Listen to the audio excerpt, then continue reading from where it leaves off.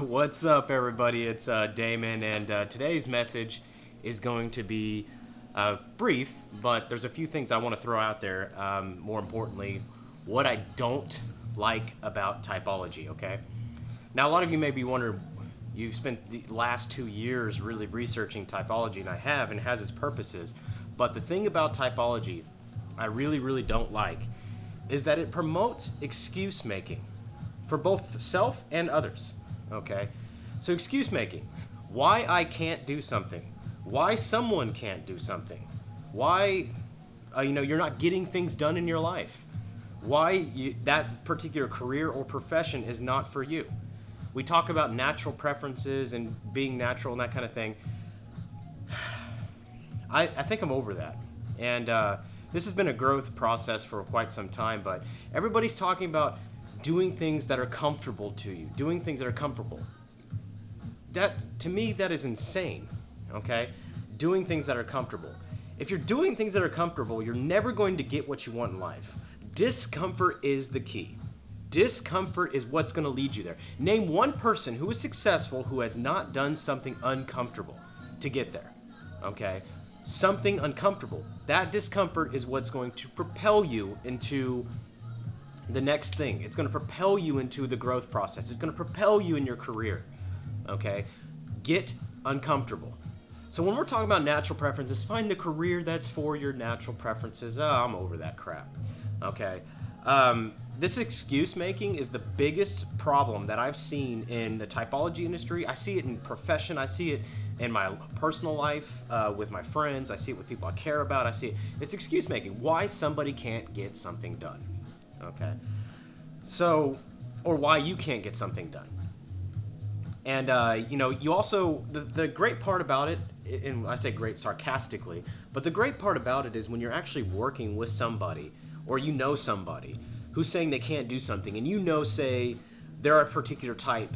Okay, well, you have extroverted sensing as the last function, so you're likely not going to be able to do it. You're making excuses for them too, and you're perpetuating them. Agreeing with them and acknowledging them is one thing, but after that, perpetuating their own limiting beliefs is not helpful. It may be nice to understand and forgive and be like, oh, okay, I know why you can't do your job effectively. It's because you're ISFP. Or you can't do your job effectively because you're not an NTJ or STJ. I understand. That's not helpful to somebody, okay? That's not helpful. And speaking of that, another thing that I do not like about typology is that it has a very discriminatory approach, okay? Because you're this type, you're not going to be able to do this, or you're not going to do this. No one can NI like I can. Or no one can, TE like I can.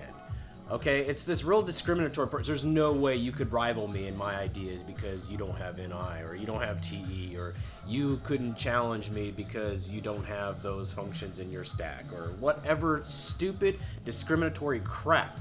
Okay, it is supposed to be a tool used for personal development, and we as a community have abused it. And because of that, it has discouraged me from perpetuating those beliefs out into the marketplace, letting people to continue that path, to discourage others from actually doing what they need to do.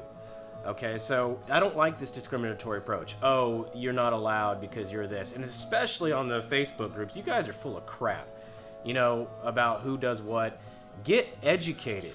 For the love of God, if you love MBTI as much as you do, and you love typology as much as you do, you love the things you want to do, study it. Don't just go and look online articles, read books, find out the real researchers behind it. Study Jung, study the psychology, study underneath what actually is that person saying. Not just some brief blurb that some other person who also did random online research wrote. It's not going to help you. It's probably going to further perpetuate your own limiting beliefs. Okay? And because of this, it can create self-doubt. That self-doubt is going to affect you. It's going to really affect you because maybe I'm not an ENTP. Maybe I don't know. Maybe I'm all and nothing. I'm supreme. Maybe you're not anything. Maybe who cares, right? Some people are not going to fall in a type preference. Everybody has a type. Who knows? Type is not even real. Okay, it's a way to classify people. I mean, we type people based on, and I say we as in the MBTI community, we type people based on what they are closest to. If you are 51% ENTJ and 49% INTJ, you're going to be classified as an ENTJ, okay? Even though you have a slant toward, you have a lot of aspects that are also introverted, you have a lot of aspects that are extroverted, you still have more preference toward extroversion, so you're going to be thrown into that category, and you're not any different than any other ENTJ, okay? Because they all have aspects of introversion. So getting into this mindset and understanding that you're using this as a tool to discriminate is completely void of the point of getting to understand people better and getting to understand the human experience, which also this places a limit on human experience, okay? With typologies such as Enneagram, you're going to get things like, well, the 8, 9, and 1 are not fear-based types, so they don't experience fear. Are you freaking kidding me? Every human being on the planet experiences fear in one way or another. And 8s who have over-identified with 8, and they'll tell you, oh, I don't feel fear. Fear is, the only thing to fear is fear. It's whatever stupid cliche you want to identify with, you're lying to yourself. Human reaction and human instinct, physiological instinct, you're going to have fear in certain circumstances. Maybe one that you're uncomfortable with, okay? For example, if you have kids and your kid is, you come home and you can't find your kid, don't tell me that you're going to be like, oh, well, he's probably just, he's probably just out in the street running out and he's only 2, but that's cool. No, you're going to feel a sense of fear. Where is he? How do I find him? Now, how you use that fear is a different thing, right? How you use the fear, that's a different thing. But that has nothing to do with typology either. That's education. That's experience. How can you use fear? Okay, fear is a very powerful tool. If you don't feel fear, then you're weak. I'm sorry. You're weak. You don't have courage. If you don't have fear, then you don't have courage. Because courage is facing fear. Courage is not, oh, I can do anything. It's facing fear. You're weak. I'm sorry. If you don't have fear and you don't know how to face it because you have suppressed and you're telling yourself, oh, I don't have fear. I'm bold and I'm courageous, then you're full of crap. Okay? You're full of crap. So the strongest people in the world know how to use fear and stop letting fear use them. Okay? But fear is a human experience. So typology puts this limited perspective on humanity, which I think is completely full of crap. Okay, so you guys who say you don't experience fear or you don't experience whatever, shame or guilt or whatever emotion that you feel in the human experience, then you're full of crap. And I mean, obviously you're going to have different perspectives on it and the way you handle it is different, but there's so much nurture involved in the nature side of it that you can't possibly say that you don't feel these human experiences. And if you do feel them, then you just got to stop being in denial. Okay? Stop being in denial. You're never going to grow if you don't acknowledge that you are human and you don't acknowledge the things that are actually make you human. Okay? So that's annoying to me. Fear is a force that can help you do massive action. The number one thing that I've found in successful people is that they're afraid. They're afraid of failure so bad. They're afraid of, living like they once did so bad that the fear of getting that again is greater than the fear of commencing the massive action that gets them to the results that they want. They use fear. Some of the most successful people use fear. Some of the bravest people know how to confront fear. They know how to deal with it. So you can't tell a warrior that they don't know how to use fear. A warrior all feels fear. Okay, you're psychotic if you don't feel fear. Fear is a human experience. It's a human emotion. You got a lion chasing you and you don't feel fear, you're probably not going to run very fast. And you're dead. You're lion meat. You're lion food. Man, you're insane. I'm just tired of hearing this crap. Oh, I don't feel fear. Whatever. You're full of crap. If you don't feel the fight or flight, you're not human. Or you're psychologically screwed up, or you ate too many paint chips as a kid or some shit. Okay? Some of my personal best moments was when I had a tremendous amount of fear. I felt that fear, and I knew how to use that fear to propel me forward. I know how to use that fear to do what was needed to be done in that circumstance, or to help someone, or to save someone's life. Someone is, risking their own life, and I know that they're doing something stupid. My sense of fear for their life will propel me to great lengths to save that particular person. Things I probably wouldn't normally do or consider, right? That's That's the other aspect. So, yeah, it's insane. Okay, so typology, on the other hand, you know, it can really deepen your understanding of where people are at in their journey of life, where they are at, like where they are positioned, what they're doing, and why they're doing something. But it can also help you navigate those particular problems. Okay, this person's, you know, leans toward Enneagram 5, okay, so they're naturally going to want to isolate themselves. So you can understand and relate. So, okay, I see what they're doing. They're having this egoic issue right now. That's what that's about. It's not about, you know, accepting them for being an Enneagram 5. It's not about, oh, you're hiding from society because you're Enneagram 5. That makes perfect sense. Okay, good luck, see ya. No, get people past their own crap, get them out of their own way. Don't stop making excuses for people. Oh, you're this, oh, you're ISFP, that's why you're broke. No, you're broke because you suck. That's it. There's no other reason, there's no other explanation for it. Oh, you're this, oh, that's fine, you don't like, money doesn't have importance, bullshit. Money has real importance when you can't pay your bills or feed your kids. Okay, so I'm sorry, that's stupid too. All right, you can't keep a roof over your head because you're broke. It's not because you're ISFP, it's because you suck. It's because you don't know how to make money. It's because you don't know how to keep money.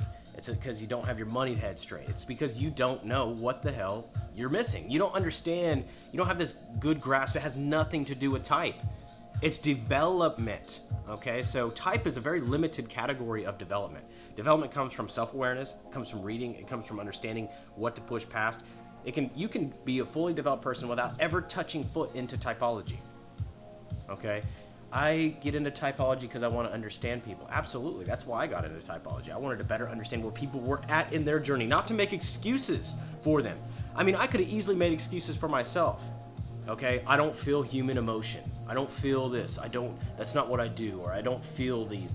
Bullshit. When I started getting into typology, I didn't use it as an excuse. Oh, I'm ENTJ, so I'm not supposed to really feel emotion. So that's okay. I can treat people like shit. No, that's not the way that I looked at it. I said, okay, why am I treating people like shit? How do I bring this out to the surface more? How do I move forward? How do I become a better person? Not how do I become more complete? I said a long time ago, when you start growing and you start having personal development, distinguishing type becomes much, much harder because you have developed aspects of your personality that other people don't. Okay, type is good for people who have underdeveloped aspects. Okay, because you can really clearly type them. Oh yeah, that's where they're weak and that's where they're strong. I can see that. There's such an imbalance there. But when you start developing your character, you're gonna look like a lot of other types, and people are gonna have a hard time typing you. All right, they're gonna have a difficult time typing you. Of course, you'll still know your type. That never changes. You'll know your natural preferences the way I was, and here's where I had to stretch. Okay, but I think that you can condition. The mind is such a powerful tool, and it can be conditioned way more than what we believe and what we've heard. Okay, so that's also bull crap. Okay, so here's the take home. Okay, the drills and skills for today's message. Okay, stop using type as an excuse for yourself and others. If you're at a point in your life where you've plateaued, stop blaming your type. Oh, it's because I'm this, I'm scatterbrained, I'm NE, or I'm Enneagram 6 and I'm afraid, or I'm 4 and I want to commit suicide, or whatever excuse you're making. Stop. It's not because you're that type, it's not because you're that type, it's because you suck. You don't know what you're missing, you don't know. You have no idea where you're at, you don't have your goal set, you don't have outcomes. And I'm going to talk about this a lot in the upcoming videos. Outcomes, okay? Set freaking outcomes. They're your guide, okay? They tell you how to make a decision right now. I can't make decisions. It's because you haven't set your damn goals. That's why you can't make decisions. You can't make decisions because you don't know where you're going. Okay, so what guiding compass do you have if you can't make a decision? You have no guiding compass to tell you to weigh that decision against. Okay, so if your decision is to be dead broke, and that's what you want out of life, that's your outcome, you'll know how to make the worst possible decisions that will lead you in that direction, or the best, in your case, the best decisions to make you broke. I can buy this thing that I really can't afford. I know that's going to get me to where I want to go. Or the opposite. If you don't want to be broke and you want to actually have a decent income, you know that you shouldn't spend money on this, and you have your mind set. That's what I want to do. Set freaking outcomes, and then you have a guiding compass. Imagine getting on a ship when you're a captain and you don't know where the hell you're going. How can you make a decision? Well, there's a storm here and there's a storm there, and there's this path here, but and we can just go that way, or we could go that way. I don't know what the best decision is. Then you listen to the people who are swabbing your deck. I think you should go east. I think you should go east. And then another one, hey, Captain, I think you should go west. And that's where you're at with it. And you're listening to these people because you don't have outcomes. You're listening to the wrong people, the negative people, the people who take you down, the people who make you feel like crap, the people who lead you to bad choices, the people who lead you to bad places because you don't have outcomes. When you have a clear direction, you're going to be able to say no because you know that particular aspect is not going to take you where you need to go. How do you weather the storm? Set outcomes. Know why you have those outcomes. Otherwise, you're just going to change it. You don't have enough motive. You don't have enough inspiration to stick with it when everything else is pushing against you. Know why you want those outcomes. And then the third step here is to act. Okay, act. Take action toward those outcomes. What do I have to do today, tomorrow, the next day, the next day, the next day, and the next day? You know, forever, ad infinitum, until I accomplish that particular goal, that particular thing. Outcomes. Why? Action. And then fourth, don't be afraid to make changes to your course. Make changes and adjust. Be able to adapt. Don't use the same strategy. If something isn't working, change it. Then do it again and attempt it again. Don't change the outcomes. Change your strategy to attain the outcomes. If something isn't working, try it a different angle. Try a different way. Try a different way. There's no excuse making in this world. The excuse making, I'm done with it. It's because I'm ISFP or ENTJ or blah, blah, blah, blah, blah. It's not because you're anything. It's because you're a dickhead and you suck. That's why. Okay? If you want, and it's not always about money. It's about whatever it is you want to attain. A relationship. You know, you don't have a relationship because you suck at it. Here's an example. You guys really you guys get on my nerves sometimes. Not all of you, of course, but the people who are, you know, obviously making excuses. Relationships. You don't play the numbers, you're not going to get the dates. If you don't do what's required to get the dates and you don't stretch yourself and you don't make yourself, guess what, uncomfortable, then you're not going to get the results you want. You're not going to get what you want. You're going to settle for whatever you're going to settle with. Okay? And you're going to say, oh, and then you're going to sit there and convince yourself, I'm happy, but you feel it on the inside. You're not freaking happy. It's because you settled. You didn't stretch yourself. You didn't reach out there. You didn't do the things that you needed to do. Okay? I've seen so many times that people are convincing themselves that they're in love. They're convincing themselves that their marriage is perfect. They're convincing themselves, but they know it because you can hear it slip out once in a while. You can hear it slip, and they know it, and then you ask them, yeah, you're right, you know, I don't know that. But just keep that between you and I because I don't want anything to... No, you do want something to happen. You want to get uncomfortable. Get yourself in the position to be uncomfortable. That is the key, okay? It's not about type. And I'm not discouraging people who like type because type is a great thing. As long as it's used in its context, it's a great thing. But when you're worried about, you know, being uncomfortable, you're never going to get what you want. You're never going to get the marriage you want. You're never going to get the woman or man you want. You're never going to get the income, the job, the dog, anything that you want in life. It requires a little bit of discomfort. It requires a little bit of stretching. Some people naturally don't have discomfort in some areas, but they have in other areas. Some people you're going to find that variation, but don't make excuses for them. If you know that person wants to get to X, but you're blaming it on type and saying that, you know, and saying it's okay not to get there because you're this, that you're not doing that person a favor. Even though it's agreeing, it's being nice. Nice doesn't get people anything. There's no exchange of value right there. There's none. All right, so that's today's message, guys. Sorry, I know it's a little rant, but it was an important one. I think it needed to be said because, I mean, I'm getting comments about because someone's a type, because I'm a type, it's not because, it's because you don't know what you're doing. It's because you don't have outcomes. It's because you're blaming type. Stop playing the blame game. Look at what you can do to do that. Use your outcome as a decision-making guide So you know that, okay, will that decision lead me to this outcome or will it not? Because going west is not going to lead me east unless I'm on the earth and I'm going to go all the way around, which is probably good. I'm going to be dead by that point, okay? And I'm speaking in perspective of life here. So get your head straight, guys. Get your head straight. Use typology for what it is, but explore outside of it. Figure out what it is you're holding you back. What's the problems that you're facing? What's the situation that you're dealing with? And deal with it. And, you know, this is advice for me, too. I'm always dealing with this stuff. And I was in denial for so long. Well, I shouldn't be feeling this way because I'm this or I'm this. Trust me. Maybe this is just for myself. Maybe no one else does this. Maybe it's just me.